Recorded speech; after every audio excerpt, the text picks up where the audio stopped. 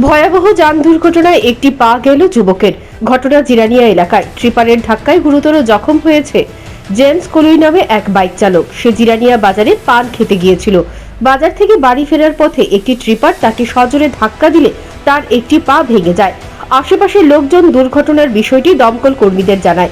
দমকল কর্মীরা তাকে উদ্ধার করে জিরানিয়া হাসপাতালে নিয়ে আসে। সেখান থেকে তাকে জিবি হাসপাতালে রেফার করা হয়। জিবি হাসপাতালে একথা জানিয়েছেন আহত যুবকের বোন। আমার দাদা 11টা সাড়ে 11টার সময় জিরানিয়া গেছে। এরপরে বাইক দিয়া পান খাইতে গেছে। হ্যাঁ, হাত দিয়া একটা কিপার গাড়ি আয়া আমার বাইরে ধাক্কা দিয়া দিছে। এটা কি রাস্তা পার হওয়ার সময়? ঘটনাটা কোন জায়গাতে? এক্স্যাক্টলি আমরা তো কইতে পারি না রাস্তা করার সময় নি নাকি এটা তো বেহোশ আনে के बाद ही पता चले। তো আপনারা পরে কিভাবে খবর পাইছেন? আমরা ওই তো আমার বাবি কল করছে দাদারে। এরপরে জিরানিয়া হসপিটালে নিয়ে গেছে আমার দাদারে।